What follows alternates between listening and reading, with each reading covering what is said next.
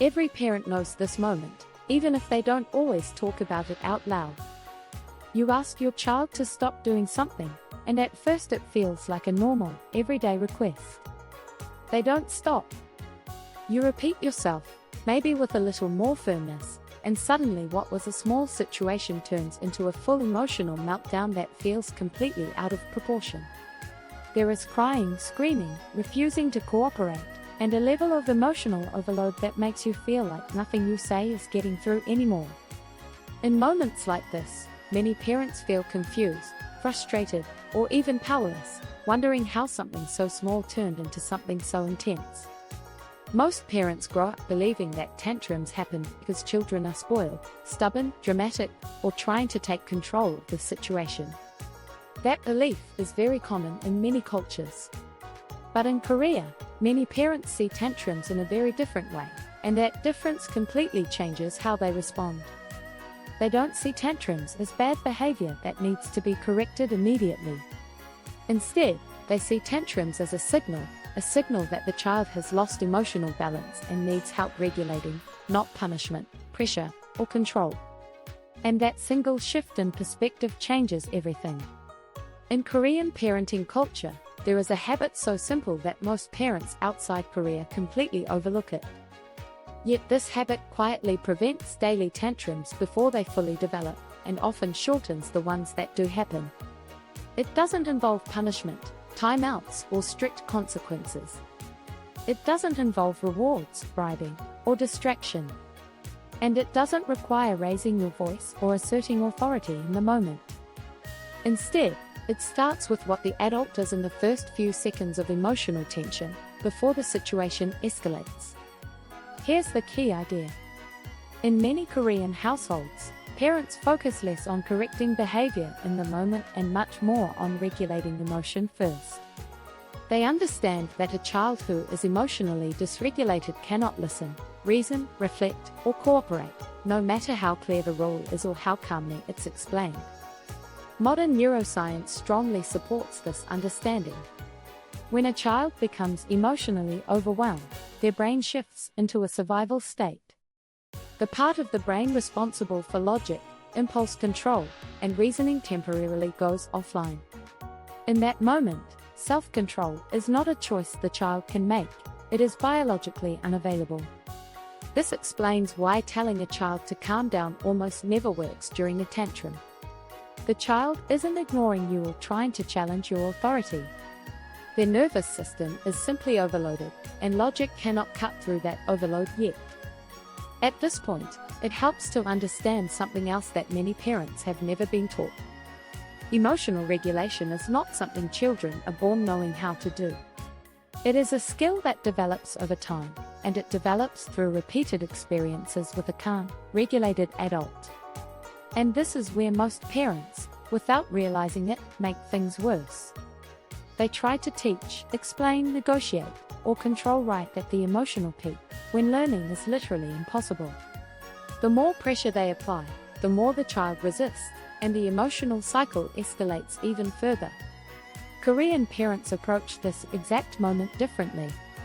Instead of demanding calm, they deliberately model calm. Their voice becomes slower and softer. Their movements become less abrupt.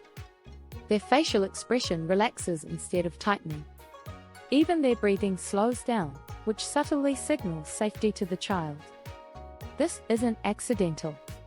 It's intentional emotional regulation by the adult. In Korean culture, emotional stability from the parent is seen as a responsibility, not a reaction. If the adult escalates emotionally, the child escalates as well. But if the adult steadies themselves, the child's nervous system begins to follow that calm. And this leads to the habit that quietly stops most daily tantrums. It's called emotional mirroring with delay. Here's what that actually looks like in real life. When a child becomes upset, the parent doesn't immediately correct, lecture, or explain what went wrong. Instead, they pause briefly, often just 2 or 3 seconds. That pause may feel uncomfortable at first, especially for parents who are used to reacting quickly, but it serves a powerful purpose. That short pause allows the emotional surge to peak without adding more pressure or stimulation. On its own, it can already reduce escalation. Then the parent reflects the child's emotion out loud, focusing on the feeling rather than the behavior. They might say something like, "You're feeling really frustrated right now," or "You wanted that so badly," or "That felt unfair to you." There's no blame, no correction, and no explanation yet.